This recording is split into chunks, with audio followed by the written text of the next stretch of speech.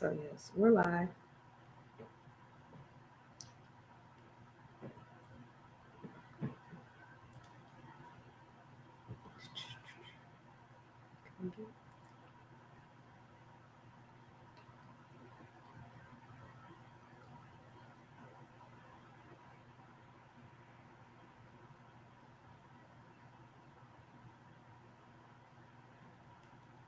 So this tells you how many people watching. Okay. Usually,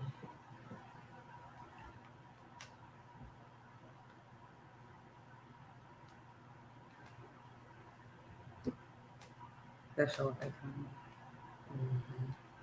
so we'll have,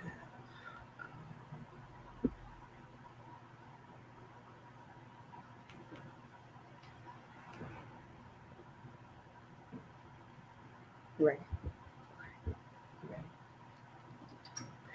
Welcome to the Single Mama Podcast. I am your advocate and host, Brandy, also known as the Gym City Mama. Today, I am spotlighting Miss Laquita Abrams. Hello. Well, I apologize. Evangelist Laquita Abrams. Let's get it right. So, how are you today? Fine. Are you good? Yes. Are you yes. feeling nervous? No, just a little bit. I'm always a little nervous when I tell my testimony, but I'm good. Okay. Don't be nervous. You in good hands, like all state. Okay, Quita. So I'm gonna have to. I'm just telling you. I'm gonna call you Quita. Okay, that's fine. That's fine. Okay. So give us a little bit of your background. You're born and raised in Dayton. I'm born and raised in Dayton, Ohio. Mm-hmm. I was a single mother. Mm-hmm. I have a son that's 26 years old. I have a grandson that is 1. I have a ministry called Sisters of Strength. It's a women empowerment Let ministry. me ask the question. Oh, okay. Oh, you asked. I said, are you born and raised? Okay. I said, are you born and raised, ma'am? Yes, Okay, yes, let's go with okay. let's back up. Quita done came over here and took over. Okay, then. So what elementary schools and high schools and things did you attend?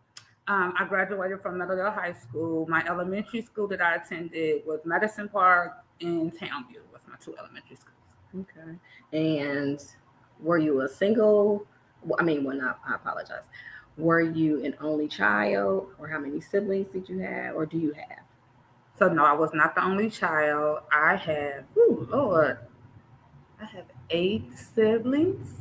I was trying to remember how many. Yeah, look, I'm trying to remember. Okay. I got 8 siblings, so I got 1 biological sister. Then I have 2.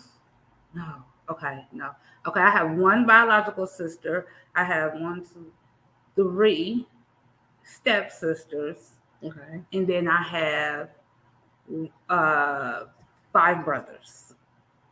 Boys. That's what I remember. I was Yes. trying to remember. Okay. Yes, and I'm the oldest out of everyone. Okay, Yes, gotcha. I'm the oldest. Now, did you come from a single parent home or a 2-family? No, I came from a 2-family home.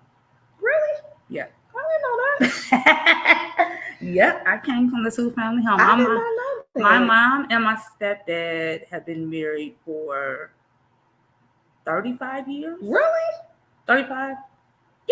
Yeah. No, they've been married for 40 years. And my stepdad passed away 2 years ago. Okay. And your mom is still? And my mom is still living. Miss Rose. Yeah, Miss Rose. Yep. Kicking She's around. still, yep. Okay. She's So still just so y'all know, I know Quita. That's why I keep calling her Quita. Just so y'all know. We got Way a little bit back. of the history Yeah. here. We'll get to that.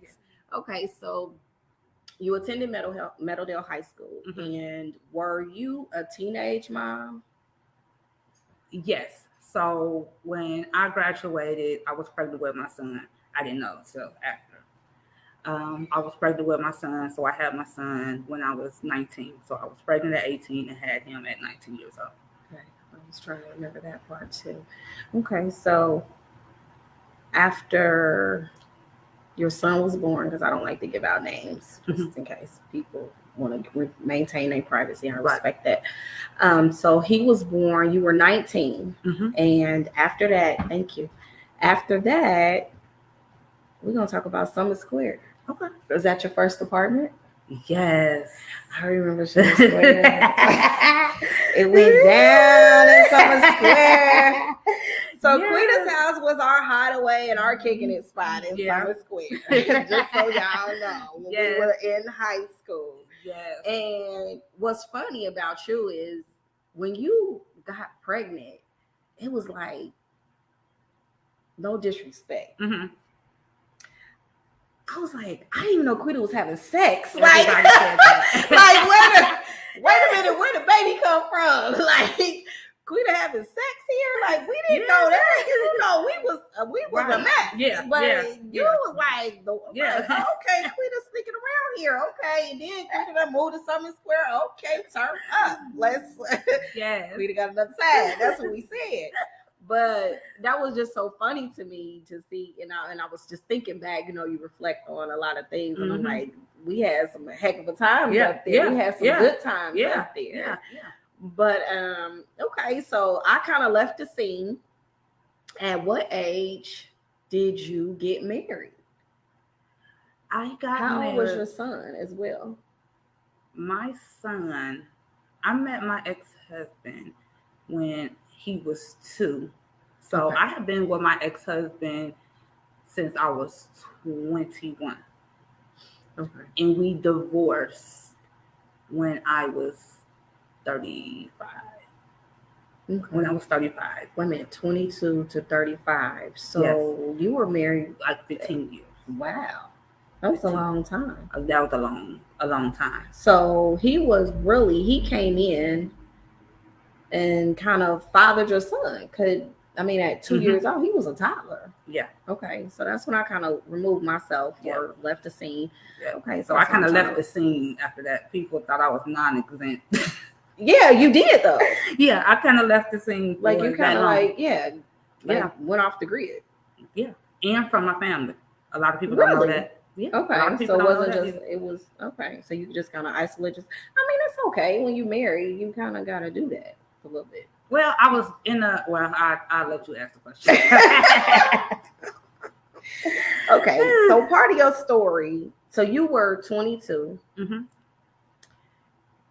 Y'all weren't together over 15 years. A large part of your story, your testimony is in regards, and your ministry is in relation to domestic violence. Yes. So at what age and how did that whole thing come about?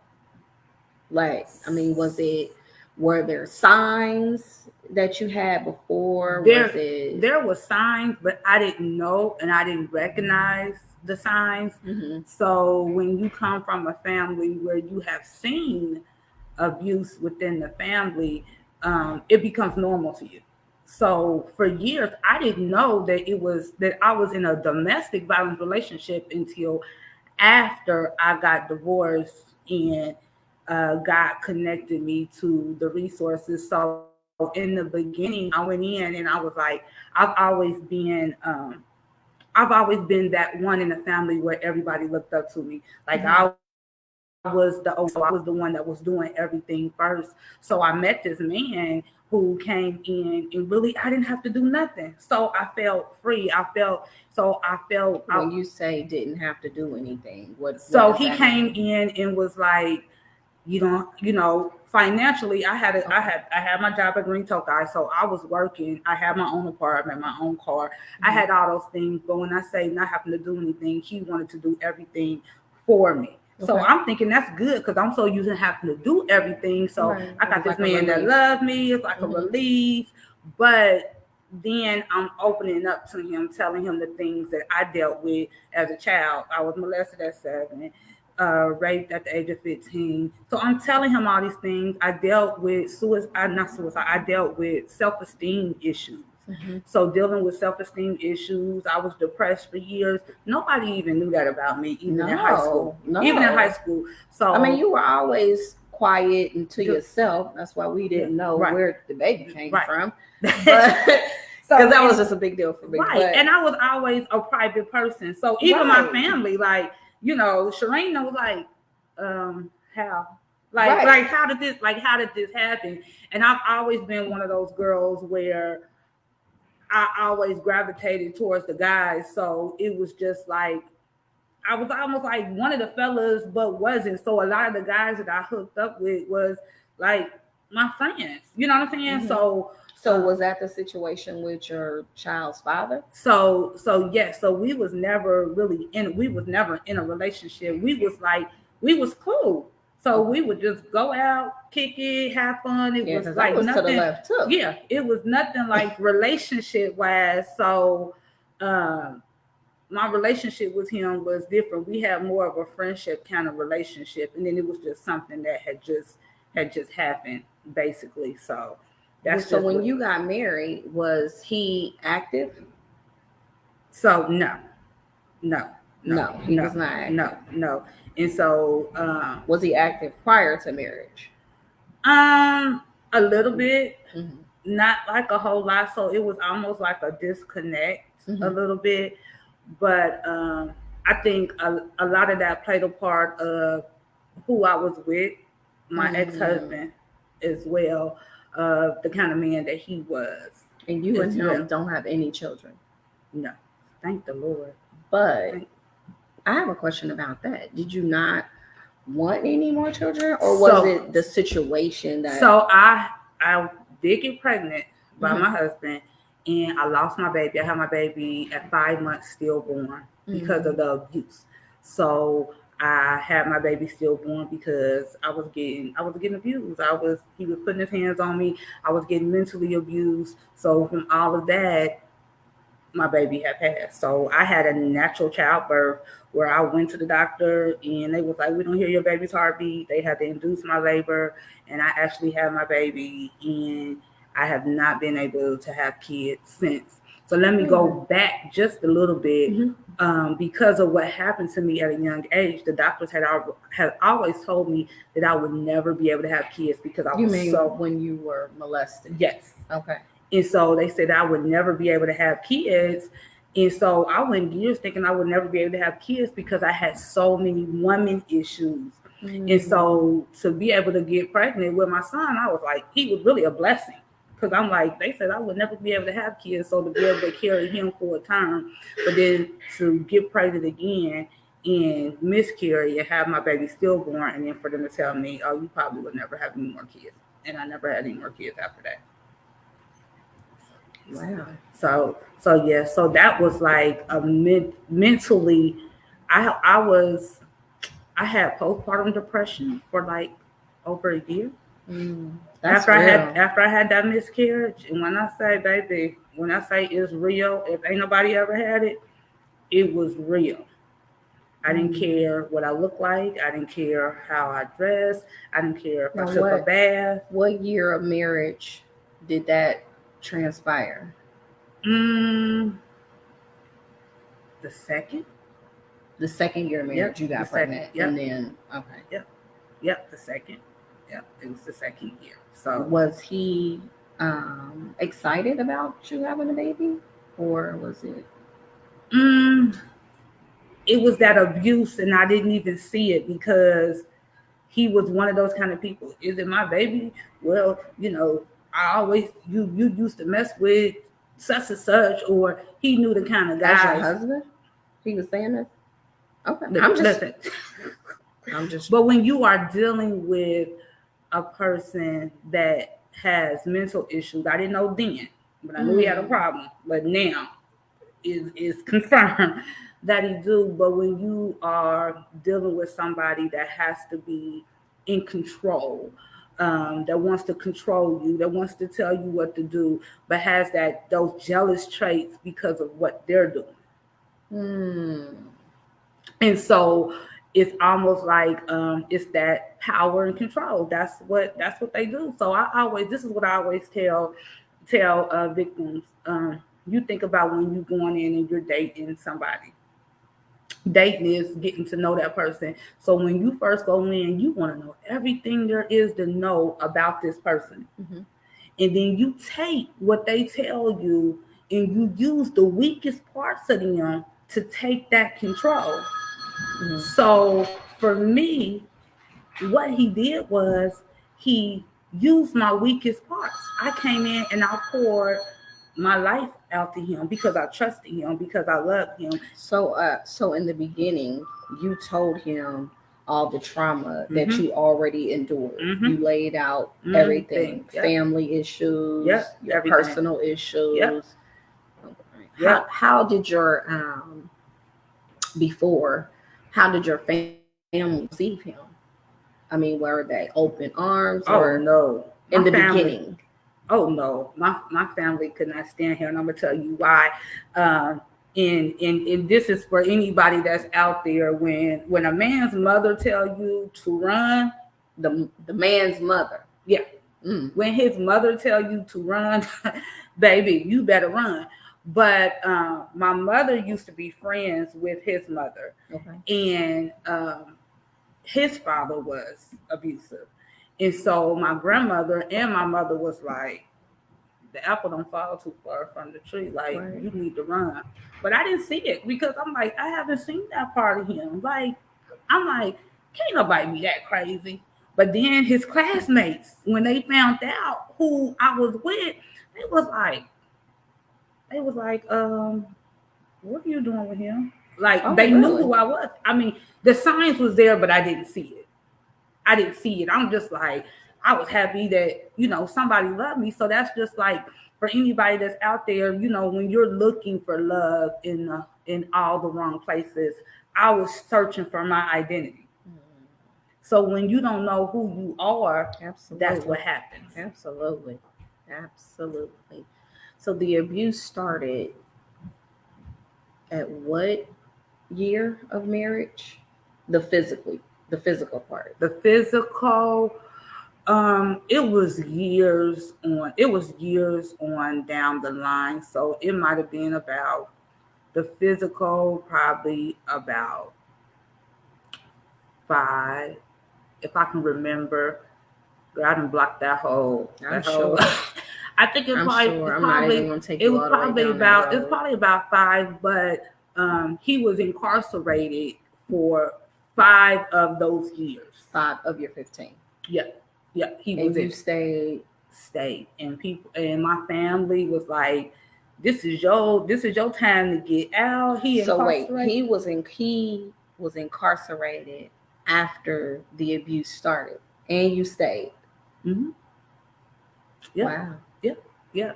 And so that means my next question I probably can answer. So you never got the police involved or any of that? I was terrified. I left my family. It was a time that I can remember that he thought that I was messing with one of my coworkers, which it was a lie because, he felt like if I was even in, Green Toka in a factory, if I even socialized with anybody, you screwing them. So I remember it was a time where he thought that I was messing with one of my coworkers, and we had got into it on my way to work, and I had to turn the car around. And I lived in Fox Run Apartments at the time, and when I pulled up to my apartment, he dragged me out the car by my hair and was beating me up and drugged me up the steps. On your way to work? On my way to work.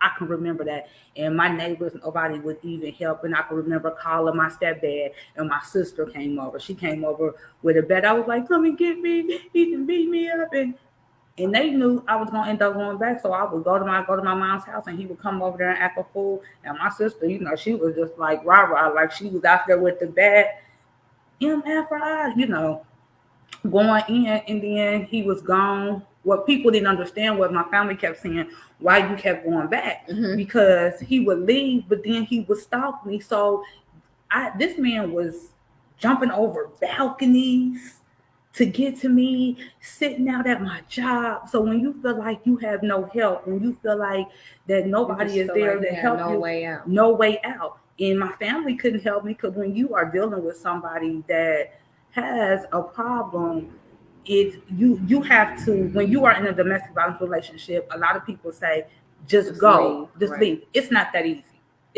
easy. Because sometimes you have to figure out an scapegoat to get out. At that time, I wasn't mentally ready for an escape goal.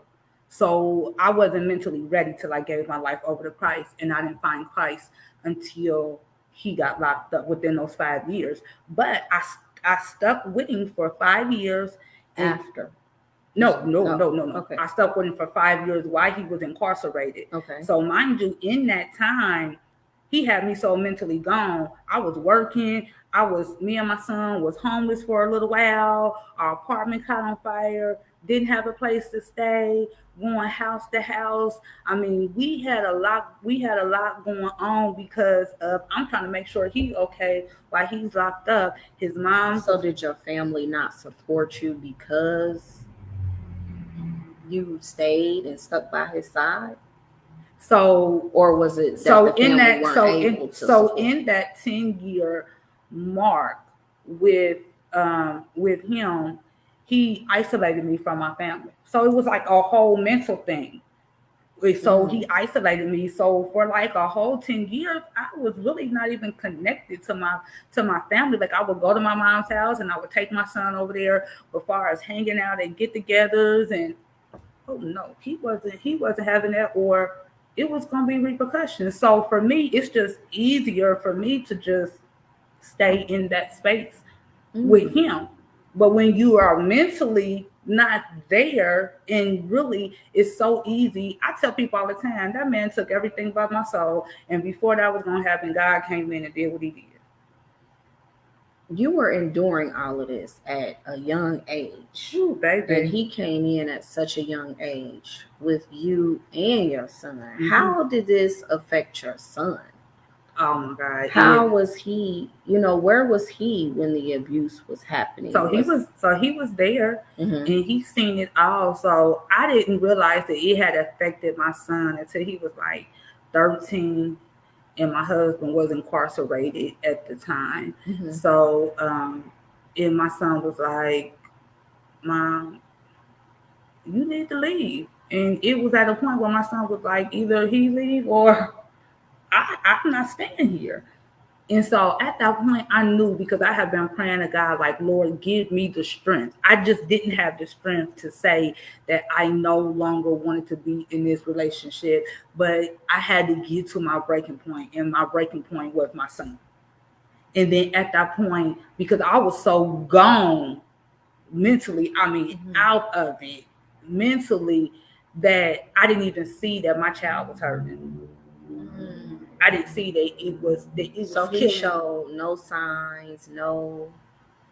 And the signs was there. Your son. Yeah, the signs was there, but when you are mentally jacked up, beat down, then you can't see it. When you trying to identify who you are, you can't see it. When you trying to, you too busy trying to love a man that don't love you, you can't see it. And it's not worth our kids. It's not. But it happens so many times. It happens where for our happiness, we allow our kids to be affected and be in these situations. Did he ever abuse your son? Outside, because that's emotional abuse as well that he endured. Right. But on the physical aspect, did he ever abuse him? Was he the disciplinary, or did y'all keep that separate?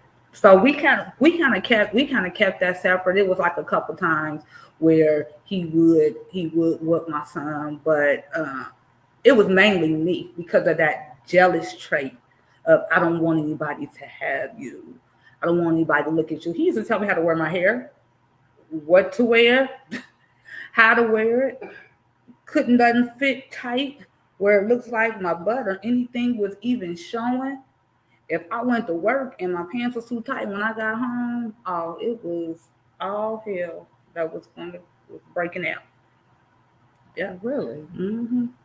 Does he have any more children? Yeah, so he has 2 other kids.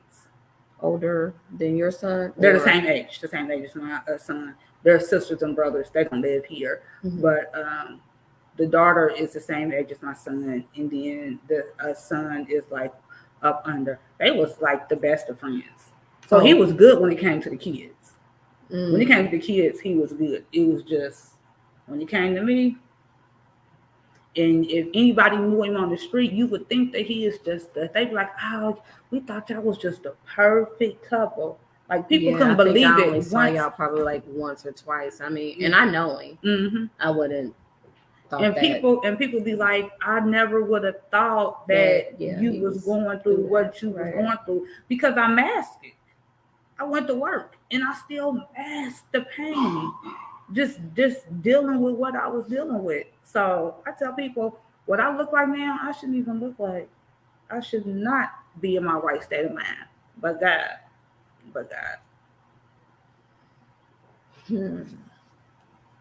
So you touched on the homeless aspect.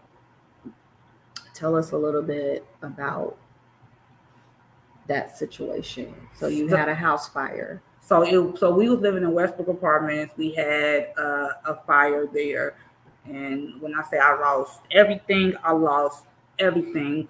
My son didn't even have no shoes on his feet, and only thing I was able to recover was the things that I had in totes. Because anybody know, a lot of us, we keep like clothes in totes from the next season. So those was the only thing that I was able to recover. A lot of the pictures and stuff was, everything was just really basically destroyed. Didn't have rent insurance at the time.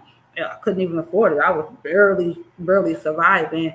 And you were still at Green Toka at this time. Still at Green Toka at the time. Nobody even knew the depth of the things that I was dealing with at the time. So basically, we didn't have a place to stay because they didn't have anywhere to place people at the time, because it was so many people that apartments that had got destroyed that day. So I was just going house to house, and at my mother's house, and then they had found us a place. Then my son's dad, he had heard about it, and he was like, he was going to put us in one of his houses, but I had ended up, before I had found out he was going to do that, they had already placed me into an apartment. So we ended up going into the apartment. When my husband was incarcerated, my son's father, he helped out a lot in that time, because my son needed him. My son needed him at that time. So it was like, God does everything for a reason. And my son always had a connection with his siblings. So his dad got like 10 kids, so they are really close. Like all of his kids are really close. So my son always had a relationship with his siblings, because they all went to school together. They went to Trotwood together. So I just thank God for him at that time, because when my son did need him, he was there at that time to help him when I couldn't, buy the name brand clothes or the things that he needed. He was there to be able to step in. So, things happen. Well, house fire, that's traumatic. Yeah. The thought. Yeah. To lose everything and start from scratch. To lose everything and have to start from scratch. It was just like, it took me years to rebuild. People used to come in my apartment and be like, how long you been? I've been on my own since I was 19 years old. So imagine being on your own at 19. And I think I was 30 something at the time when this happened. That's what I was going to ask. What age? So he was 13 and you were 30 something. So now we're in a new apartment. Husband is incarcerated. How did this transition? Tell us the story on how the transition in itself for the after divorce? The move. No, the move. So you moved when you relocated after the house fire. You were still hanging on to the husband, correct? But he was incarcerated. Yeah. So you moved into a new place. How long in the new place were you there before the husband was released? Oh, it was still years down the line. So it was probably about maybe 3 years down the line from him being released. So it was like 2 years. So you still had a good break. And then he was released. Did he come to your new place? No. So when he got released, I was in my transition with Christ. So that's when I was giving myself over to God because I knew that I couldn't do this by myself. So after the house fire. So I didn't move to another place after the house fire. So no, but I'm saying the house fire, the son telling you enough is enough. Now you're at your breaking point. Yeah. And then this is when you decided. Yep. So what was the first church? So my first church was Emmanuel Baptist Church, which that's like a family church that I was at. My uncle Kenny, he was pastoring at that church at the time. He was a fill-in pastor, and so I would just go like a lot of people who just go on Easter. One Easter I went, and I was just, the Lord was like, "You going back?" And in my transition, my mother's transition. So we started going to church together. Okay. Mind you, my mom hadn't been to church in years. When we was kids, my mom didn't take us to church. My grandmother took us to church. So this was a transition not only for me, but also for my mother. So now we're getting up and we're going to church together. So it's also building our relationship, but then also building a relationship with Christ. So then. So is that when the family came back around, like he was gone after the house fire? Is that when you kind of reunited and reconnected with your family? So I reconnected with my family immediately when family is family. So immediately when he got incarcerated, I needed my family. I didn't have anybody. So it wasn't, oh, you've been gone this long. It ain't like I was just like ghost from my family. It was just like sporadic moments. And you know how my family is, like we was all close. So it's almost like he's seen that, so I need to break this up. I need to break these relationships up. So my family, they never really turned my back. If I called my mom and I needed something, she was right there. She made sure I had. So immediately when he got incarcerated, I needed him. So, my ex-husband was in the streets. So when he had got, let me go back. So when he had got incarcerated, we was living in, it was called the Barrington back then. Oh, right there. Riverside. Yeah. Okay. We was living over there and somebody had broke into my apartment. I got home and they had trashed my apartment, I guess looking for money or whatever the case may be. So I was like, I'm not staying here. I was like, I cannot stay here. So my family came over and helped me move my stuff out of my apartment. And I ended up finding another apartment. And then I got to that apartment and then I wasn't comfortable there. I think they had like mold in the apartment. So, and I was getting sick. So I moved out of that one. And then that's when I ended up at Westbrook. So we had like a transition. And then we left Westbrook and I transitioned to Kensington Apartments, which it was called Deer Creek at the time. My cousin was the leasing manager over there, right there off of Shallow Springs. Oh, okay. By the Met Center. Yeah. Close to Speedway. Yeah. Okay. By Bill So, gotcha. So when I left Westbrook, it was close to my ex-husband getting out, but I knew he didn't want to come. I knew I didn't want him to come to me. So we moved in with my mother. So my plan was I'm going to just stay with my mother until after he get out because I don't want him to know where I was going to move to. But then I was just like, the Lord was like, no, go get you a place. So I ended up getting me a place. And his mother was sick. His mother had cancer. And so I was also in this transition, I was helping with his mother that was sick as well. Lovely woman, loved her to death. And helped her she had lung cancer and then it transitioned to brain cancer. And so I was there for her the whole entire time.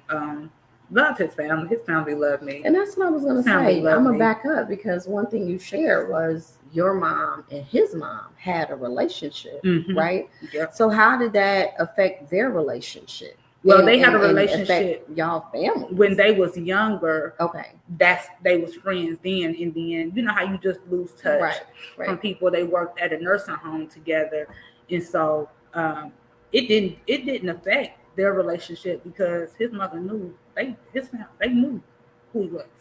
They knew, And they but told they didn't you, know. but you Yeah, but stayed. they didn't So know to the depth. So when my ex-husband kept getting in trouble, kept getting locked up, and his sisters and his family was just they couldn't understand why I was still there.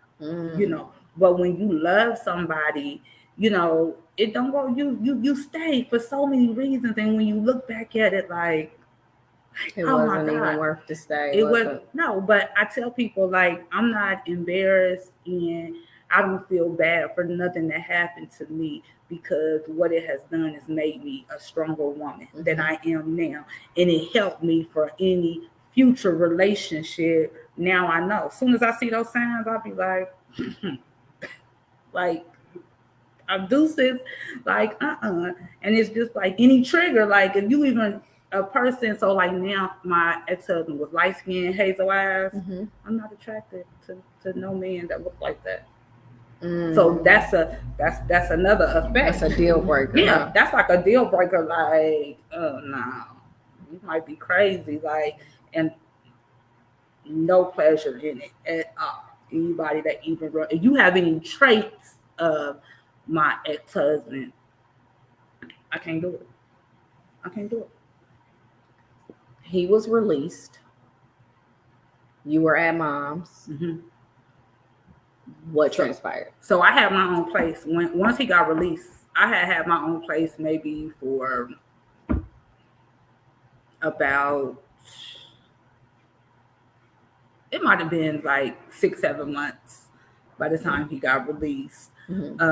So I was still in that. He was still my husband. So at the end of the day, he was still my husband. So I still took care of him. I still made sure he had clothes. I made sure his cell phone bill was paid. I made sure because I took that vow. So I grew up in a family where my mom, my aunts, all of them married for years. Like it was just, you know, you deal with whatever it is that's in your marriage. So they always say that I was the cycle breaker. I was the first one that ever got a divorce in our family. Divorce was not even a thing in my family. So I was one of the first ones that got a divorce. Like they were like like you was the one that broke that cycle. Yeah. So how was your communication with him while he was incarcerated? Was he still verbally abusive over the phone, or was he like kind of chill to keep you? No, it was worse. It was worse. And if anybody ever dealt with anybody that's incarcerated, you know that it's not easy. So no, it was worse. Mentally, mentally it was worse. Like he was worse than he was when he was out mentally. Physically, he couldn't do anything. Right. But mentally, he already had me mentally. So mentally, I was just done.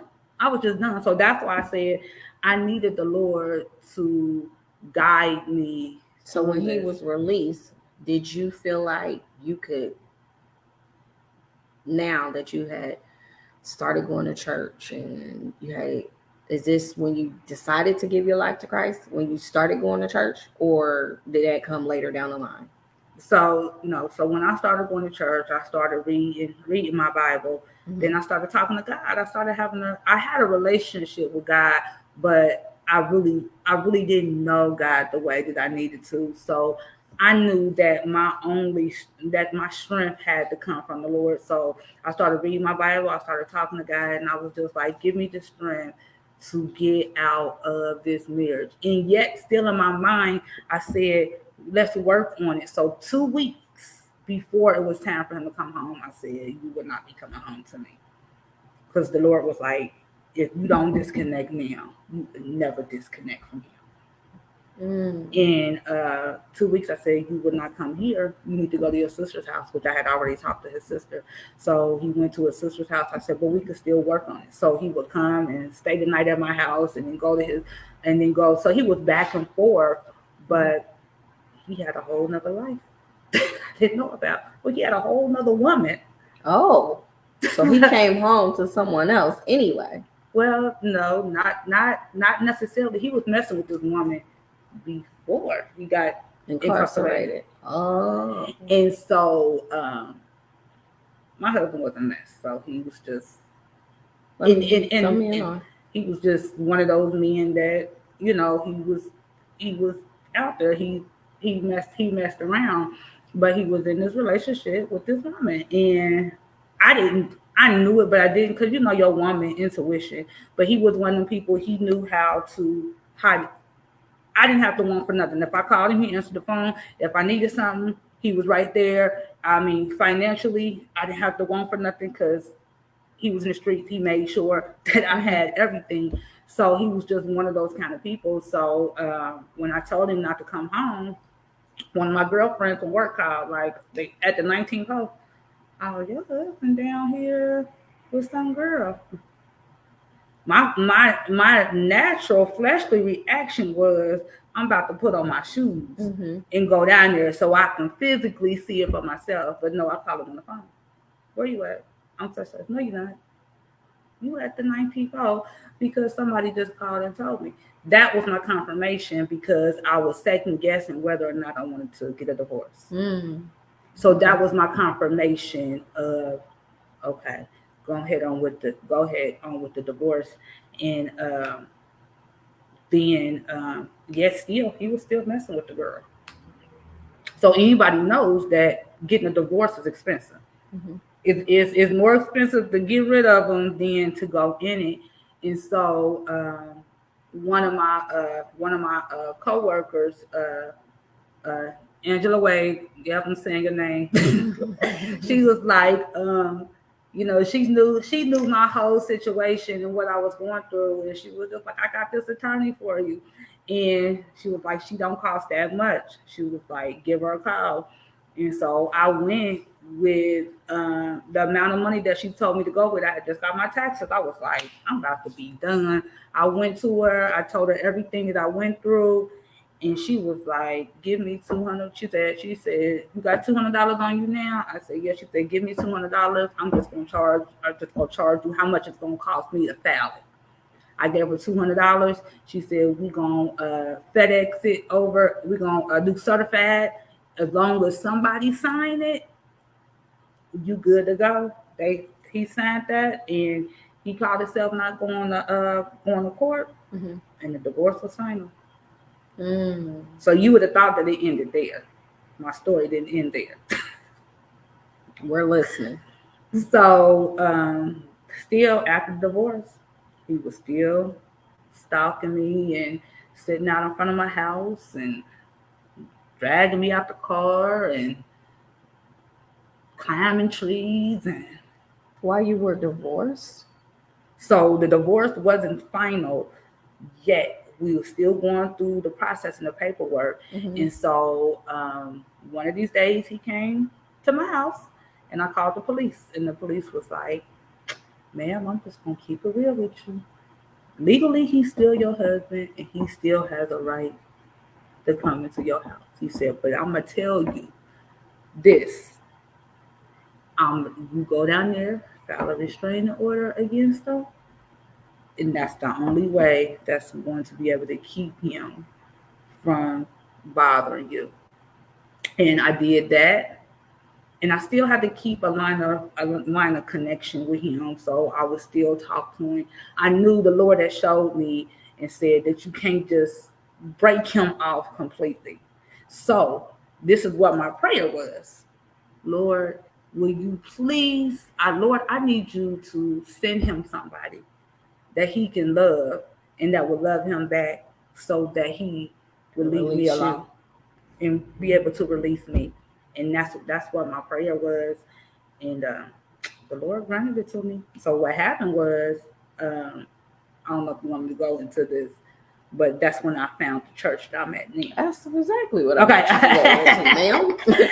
So Quita is running my interview today.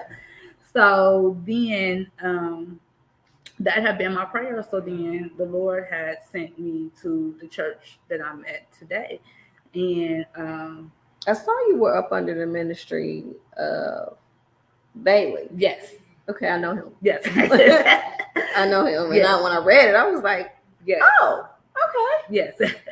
Yes. And so when the Lord sent me to that church, I was just going to visit. So I went to go visit, and I was like, see, I came from an old Baptist church, so we did hymns, girl. and we did all that. So when I go in there, they got a praise team, they jamming. I told my mom, I was like, oh my God, I want to go back next week. So my mom was like, well, I'm going back to my church. So I was like, I went back the second week. And then when I went back the second week, I said, I'm gonna go back to my church with my mom. I told my mom, I'm coming to church with you today. And I got in my car, and the Lord was like, nope, you're going right back to this church. The Lord know how to set it up. So I went, and the Lord was like, you're gonna get baptized, and you're gonna join this church, and this is gonna be your church home. So I didn't know what the Lord had for me. So I got baptized, and baby, when I came up out that water, everything that I had on me was like, it just felt like it was just like my past was like released. It was like a freshness that had came over me, and I was like, Lord, what are you about to do? Immediately, my pastor asked me to get into ministry. I was like, let me pray about it. He was like, do you want to be over this ministry called We Care? And I was like, he was like, all you got to do is. So what is We Care? Okay, so. Because that was your first step. Yeah. Okay. Yeah. So We Care was the first step. So originally, all I was supposed to do was to send out cards to the sick and the shut-in. Okay. That's it. So prior to that, me and my girlfriend, we would make like Valentine's baskets. We would decorate. We would do like bachelorette parties. So God had gave me a gift to design wine glasses. So this was before people was actually doing the Cricut. I was doing stuff by hand, painting and putting the little stickers and stuff on there. And so the Lord was like, okay, you're not just going to do cards, you're going to do care baskets. So I had went to my pastor. I was like, the Lord told me, yeah, but this is what the Lord showed me. He said that I was going to do care baskets. And I told him why I was going to do care baskets. I said, because a lot of times when you give people cards when they're sick, they'll throw the cards away after a while. But a care basket, it would be something intimate, personal, and something they're able to keep. So in the basket, I will always put something that will represent our church. I said, because this is something to remind them of our pastor, but then also remind them of the ministry in the church. So once they get well, even if they never come back to visit the church, or if they don't come back, they're going to look at the things that they were able to keep out of there and be like, I remember when St. Peter's gave me this mug, and I was going through this. And so he was like, you probably only have to do it maybe 2 or 3 times a year. We really don't get people to get sick. The Lord said, yeah, okay. That first week I said yes. My pastor called and was like, we got somebody that's sick. We need a care basket. The week after that, I was doing probably about 2 or 3 a month.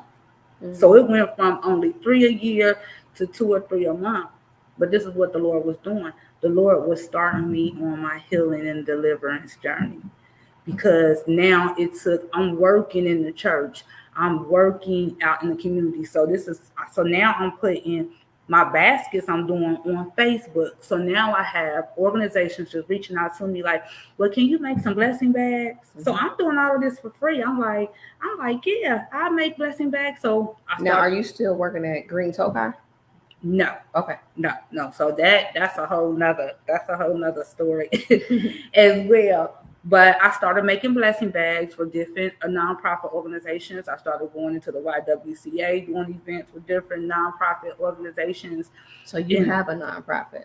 Yes, it's called Sisters of Strength, St. Peter's Sisters of Strength. So it's through my church. Okay. And then I have another one. It is St. Peter's Teen Dating Violence Prevention Program that I have. Yeah, I was going to ask about I have that. So what do you do actually with that? So with the prevention program, we do workshops for teen dating. I recently have been going into the schools, teaching on teen dating and setting up tables and all of those good things to let the teens know. Because believe it or not, there's a lot of teens when I go into these schools, they do not know. They like, what is that?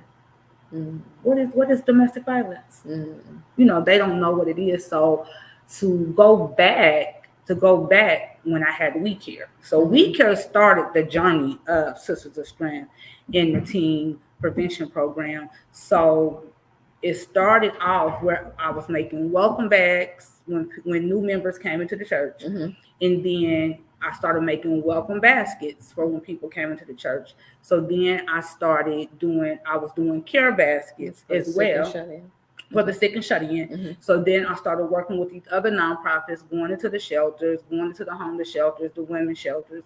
So I went into the YWCA. Somebody asked me to come and collaborate to do blessing bags. So I didn't know what the YWCA was. Really? Downtown on the corner? Yeah. I didn't know. I didn't know. I was like, so when I was asked to go there, and I found out it was a domestic violence shelter, this is how the Lord set it up. So I go in there, and she had a speaker, and the speaker didn't show up. And she was like, I need somebody to tell their testimony on domestic violence. And she was like, wow, so that was your first and time. I was like, she was like, Quita, would you be willing? I was like, I mean, I was like, no, I'm not telling nobody my story. She was like, you'll be fine. Now, what year was it? This was 2014. Okay. 2014. Yeah. Oh, so you really close to 10 years on it. Yeah. Okay. Yeah, 2014. And I got up there and I told my story. And that was the first time I had ever released my story to anybody. My family didn't even really know the depth of what I was going through. Really? So when I seen their faces, and my friend went with me, and I said, did I used to look like that? And she was like, yeah. So I was just in my process of my healing journey, but they was like, back up. When you say, did I used to look like that? Meaning what? So when you go into the shelter, you can see the brokenness in these women. Okay. Some of the women is in there just messed up mentally. Some of them are beat up with black eyes. And so when I'm looking at them, I can see myself in some of them. But I had to ask somebody else for reassurance, like, did I used to look like this? And so my heart went out to them. And after I got done, I thought I was all over the place. And they all came up to me and they was like, you was a blessing to me. Like, oh my God, like you don't look. How did that make you feel? And so it made me feel good at the time, but it was like, I started crying. I was like, but y'all helped me. Like y'all said that I blessed y'all, but y'all didn't bless me today. I was gonna ask you, how did it feel to actually tell your story to strangers? It feel better than telling your family. Yeah. It was like a blessing. No judgment for me, right? Yeah, it was like no judgment zone, no, especially talking to women that understand where you was at in the place that you was in. So after that, I had called my pastor, and he was like, because at first I was scared, and he was like, "Oh, you're gonna be fine." And my pastor, he one of them pastors. He good. He listened to the Spirit. He was like, just wait. He said, God got a plan for you. He was like, and I can't wait to see it. And I'm like, what God gonna? I didn't know this was like a whole nother world for me. So, getting into the church life, getting into Christ, and, it was like a whole nother world. In your mid-30s at this time. Yeah. Right. Okay. Yeah. So early. I was, at this time, I was what, 36, 37? Okay. 37. And so I get into ministry, and now I'm doing events probably once or twice a month, people calling me. Really? So I'm just doing it from my heart, right? And not realizing exactly what I was really doing. And they was like, and people started telling me, people started telling me how they was getting blessed from my baskets and my blessing bags. So I started that, and then Gina McDonald, she did a teen dating summit. Mind you, again, I ain't know nothing about no teen dating, none of that. And she had invited me because I had girls that I mentored. It's so much that I didn't pass by, but I've done. You wouldn't think that a person was able to do so much in a short amount of time. So I've done so much. So I had 5 girls that I was mentoring. So I took my girls. She said somebody had referred her to me to make some blessing bags for her event. So I was like, she was like, how much you gonna charge me? I said, it's already done. You ain't gotta pay me nothing. God is already, he already gonna take care of me. So we went, I made the bags for the event, and I'm sitting in there and I'm looking at all of the teams that's in there, and I'm looking at my girls and their response to it. And I was like, okay, Lord, I see what you're doing. So I'm sitting in there, and you don't even realize the power that you hold sometimes, because I'm still working on me. And so Deanna Clark was the keynote. Deanna too. She last was the, week. She was the keynote. She was the keynote speaker, and I hadn't seen her in years. That was my first time seeing her. We went to school together, and she's telling her testimony, and she was like, Quita, you want to get up and tell your testimony? Oh, she put you on the spot. Go, Deanna. That's how it works. And so I get up there and I tell my testimony, and my girls didn't know. So when we get in the car, we having a whole conversation about me. We having a whole conversation about teen dating and what they learned and all of that. And I told Gina, I was like, we need to collaborate to do one. So for some reason, I can't remember why she couldn't collaborate with me. But I talked to my pastor and I was like, I really want to do this. And I told him my ideas. He said, go for it. And I was like, but I don't know if he was like, if the Lord showed you to do it, do it. So that first year I did it. I had about 50 kids, and I just had like testimonials and Shonda Campbell from Speak Woman magazine. She was my keynote speaker. And so then for the second year, and he prophesied, he was like, you're going to have probably about 50, 55 kids going to show up. I was like, I ain't going to have that many kids. Like, this is my first time ever doing it. And afterwards, he was like, how many kids did you have? I said, 50. He said, what did I tell you? He said, I knew. And so I gave away, I had an organization that donated like 60 kids' Bibles that I gave away, and I had made the blessing bag. So then the following year, my pastor had a meeting with me, and he was working for Samaritan Behavior. And he was like, I need you. He said, I want you to reach out to the different organizations, Prosecutor's Office, Victims of Witness, Artemis Center, and bring some of those resources. And he was like, instead of just having testimonials, have keynote speakers. So now it's turned into an actual summit where they are able to get the information. So then the second year, we end up having like 80 kids. Wow. And then I had it the third year. In third year, we end up having 120. Look at you. And then the fourth year, we had about 200. And then the fifth year, we had 300. So by the time I got to my fifth year, now all the organizations that's coming, they want to sow into you because they didn't see what you have built. And we had it at the downtown library. We had it right in the middle of COVID. I had it in February. COVID had just started. It had just started. And so have you come back full circle with that yet? Or no? So next year, yeah. Okay. So next year we will go back in full circle. So pandemic hit. So of course, the next year we had to do it virtual. So we did a virtual summit, and then the last 2 years I hadn't did anything at all because then now God has said give We Care Ministry to another leader, which was one of the leaders that was up under me, and so she took over We Care. So now I have Sisters of Strength that is birthed. This is a healing and deliverance ministry. Okay. Let me ask, how did you become an evangelist? Like, where did you? Because I'm like, Summer Square to evangelist. Like, let's talk about it. Let's touch this. I have got to touch this. And before you even get started, share what an evangelist is. Okay, so evangelist, where we go out and we speak the Word of God.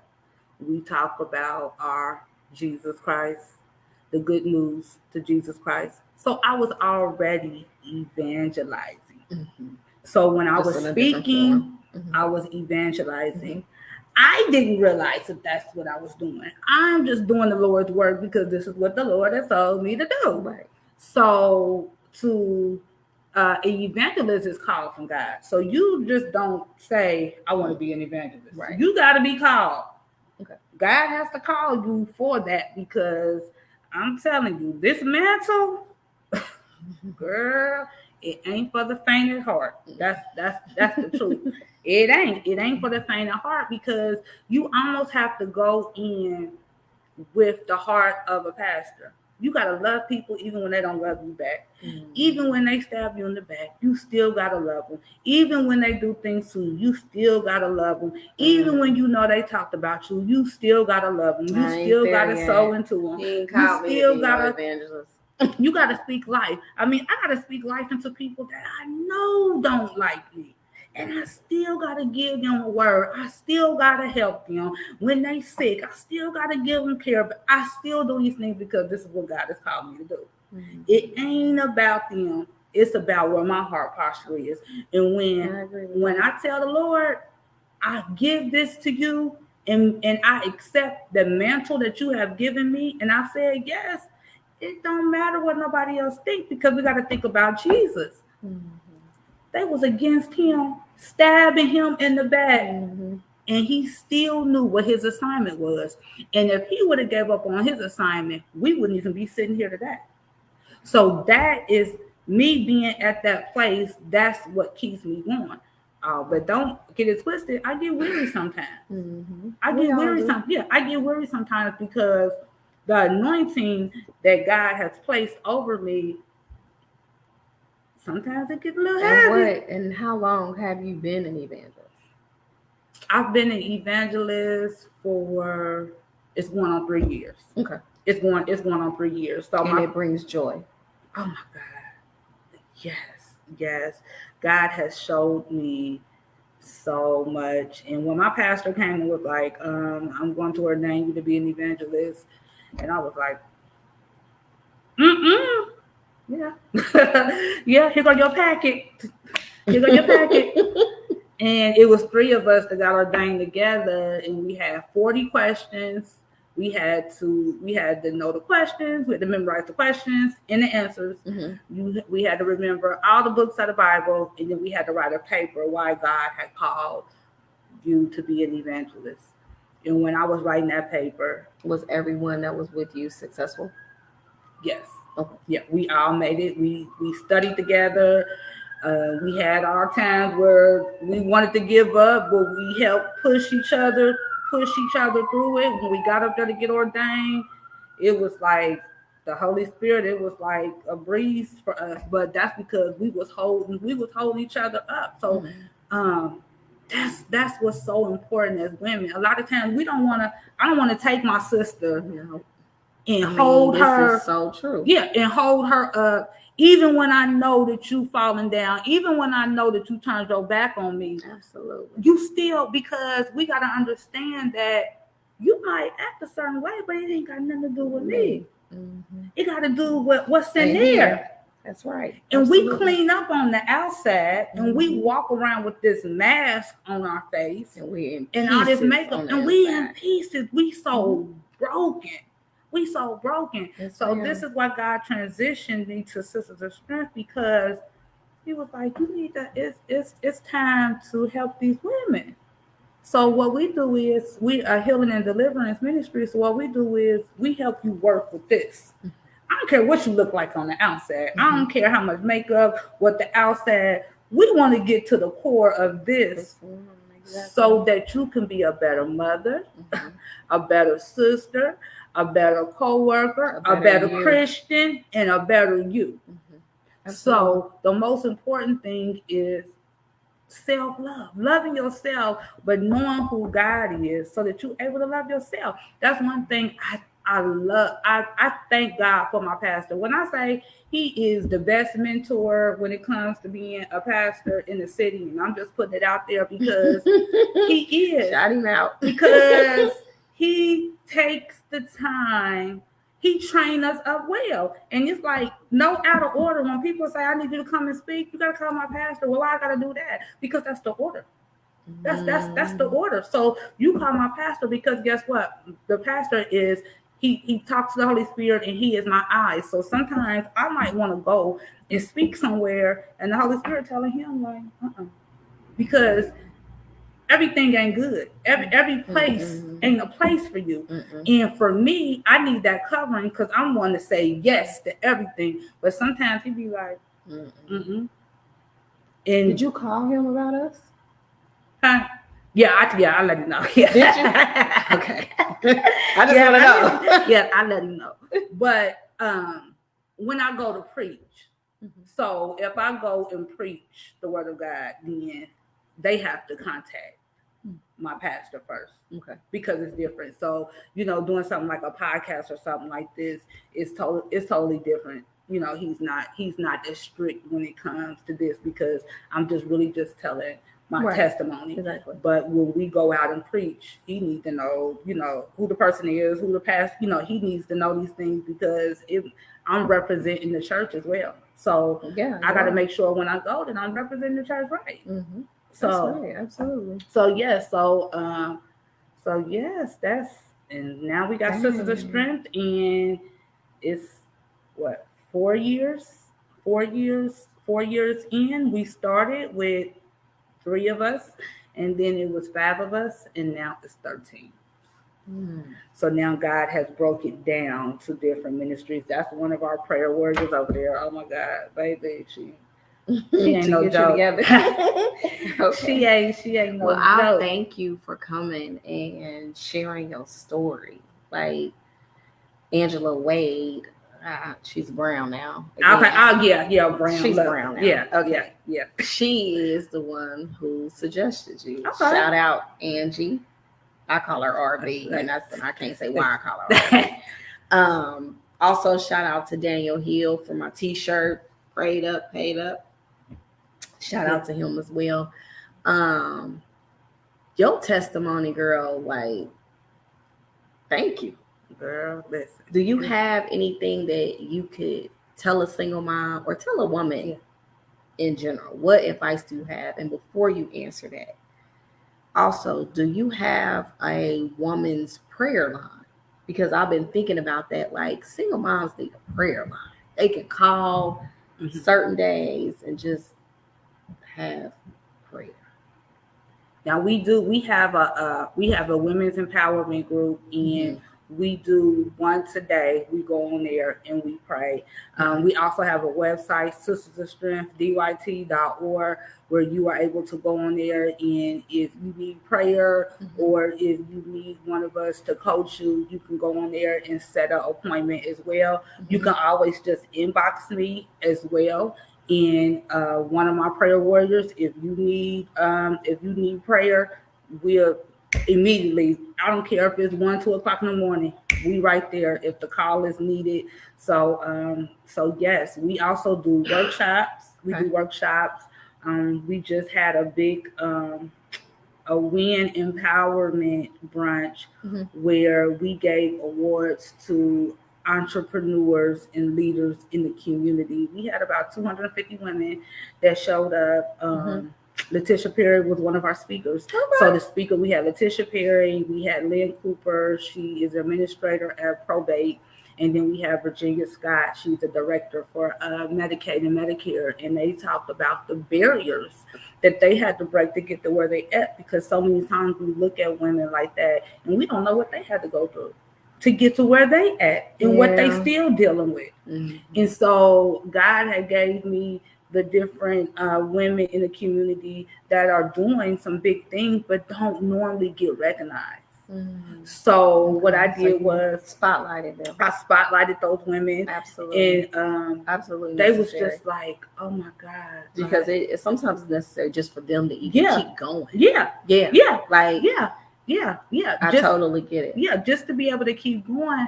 But this journey that I'm on, it has nothing to do with me. It has to do with God, and it has to do with God's people. And what I have recognized and understood was, just because you have doesn't mean that you're still dealing. We all have a journey of the wall that we need to get through, that we need to get pushed through, and we all need help.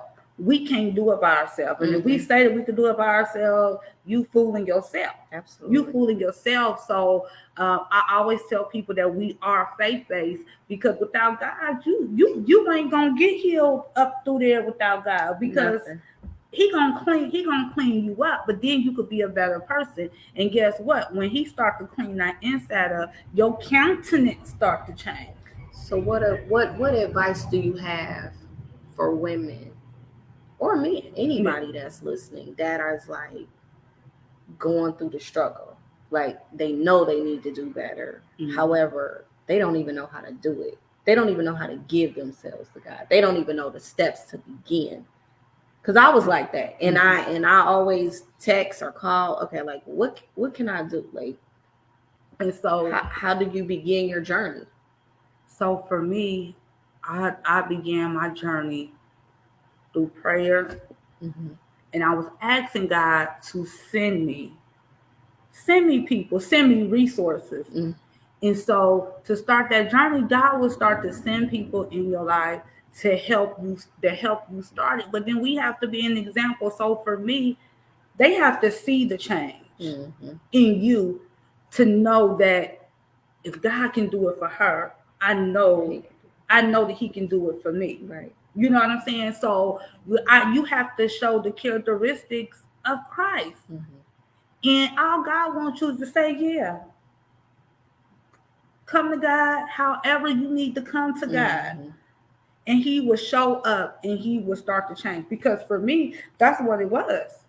I didn't look for nobody to help me come to Christ. I was just like pouring my heart out, like, Lord, I need you. I had to be at that breaking point, and then He started to show up in my life, and then everything started to change. So when I look at pictures of myself, just laid it out. Yeah. So then when I look at pictures of myself back then and now, I look like a whole total different person. A whole total different person. So for any man, for any woman that is out there and that is dealing with some past issues, some trauma issues, some depression issues, some anxiety issues, some low self-esteem issues,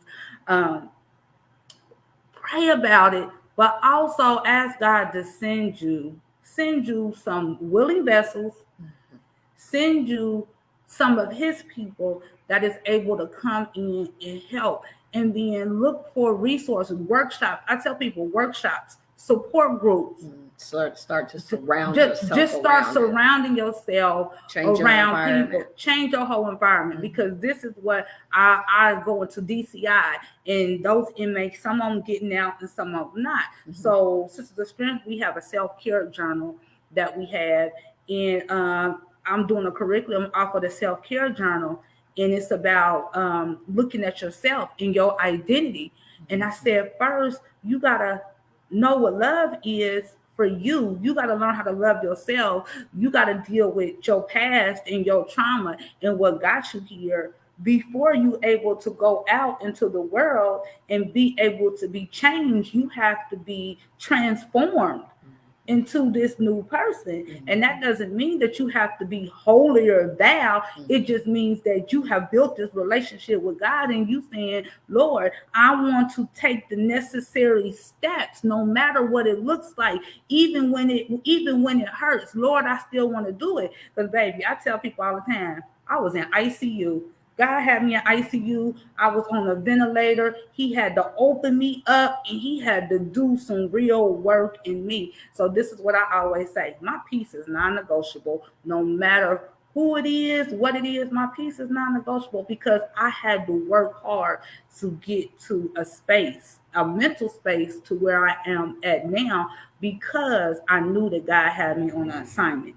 And I knew that I needed to help somebody else. And I'm going to say this one thing. I remember when I was telling my testimony, and I would always talk about what I went through and what happened to me. And my pastor said, when you start to change your testimony and tell what God has done in your life and how he has transformed you, he said, then that's when you will start to be take the eye out. Yeah, to be completely delivered. He said, because what's going to happen is, and this was before he would allow me to start this ministry as the West. He said, because what's going to happen is your unhealed self is going to come in contact with these women, and you're going to damage them worse than what they was when they came through. Wow. So I cried, I bawled, and it was real. I'm going to take heed to that one.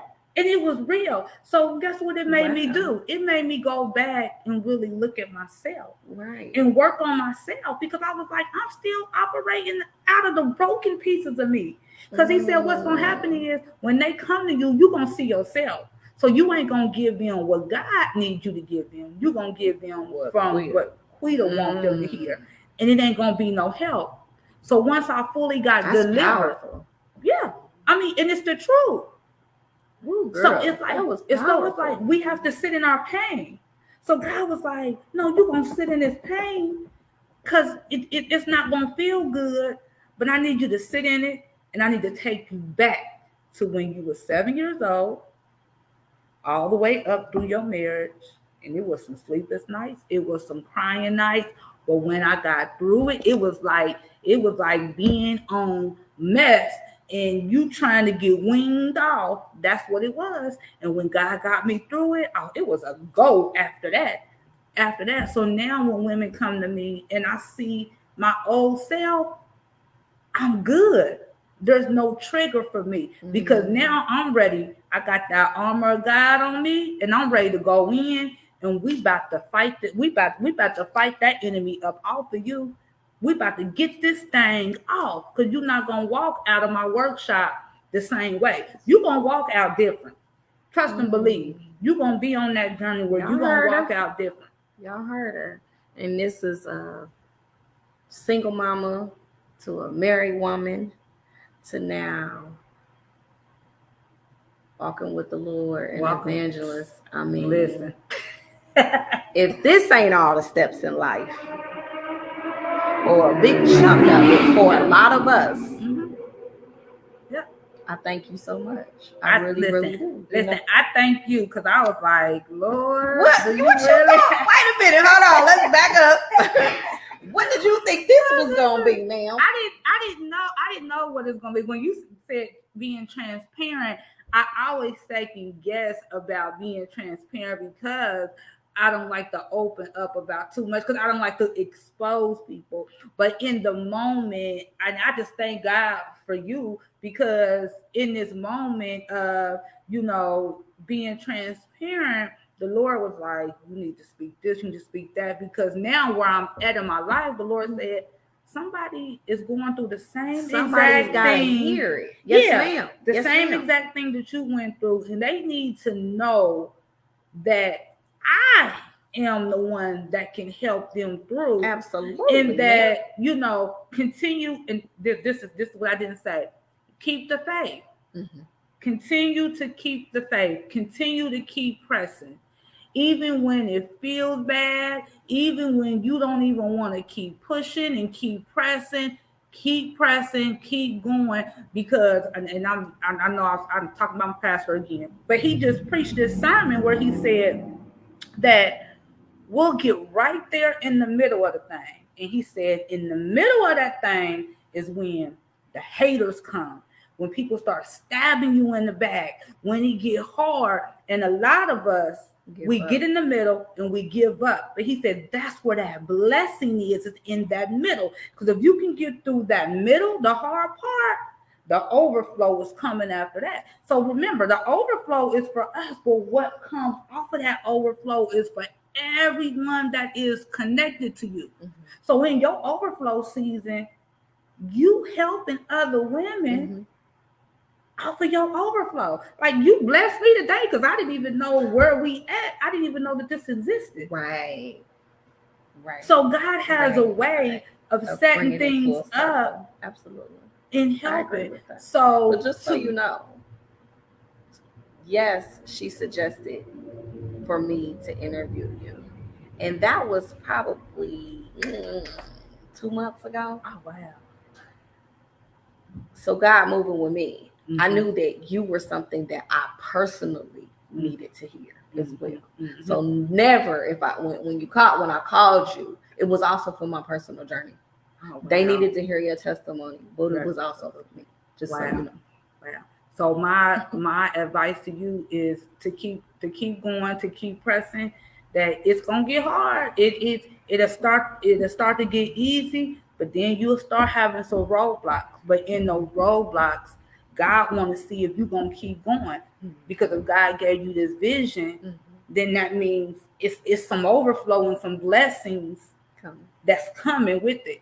Right. And when we're dealing with women, it's not easy. Woo-wee, baby. It's not easy. It's not easy. Woo-wee, baby. But we know what the ultimate goal is. Well, you know, all my ladies get flowers. So here's your flowers. Yes. And here's a little token of appreciation. Yes. It's my affirmation cards. You make sure you give me feedback on that. Oh, and it's a thank you card. Thank you so thank you for coming. Yes, thank you for having me. This is a blessing. So welcome. Give everybody their roses. Yes, while they here. Yes, ma'am. I am a firm believer in that, and especially my women. We need them. Yes. Well, thank you, Facebook. Tune in. Stay tuned. Keep walking with me. Keep rocking with me. Yeah. That's all I can say, y'all. Yeah. It's gonna get greater later. You guys know I do have my website, and my affirmation cards are for sale, as well as my 2 ebooks. And I do have my solo on solid t-shirts, but I didn't know if the Evangelist could wear a solo on solid t-shirt. That's the only reason she didn't receive one. I can wear it. Okay, then I got you because I didn't know. I didn't know. You know, you don't want to be respectful. Yeah. And, you know, you don't want to be offensive to anyone in any way. So I just wanted to say thank you to everybody that tuned in, and holler at your girl over here. She'll get you together because I'm going to be hollering at her on the prayer line, okay? But thank you guys. Have a good night.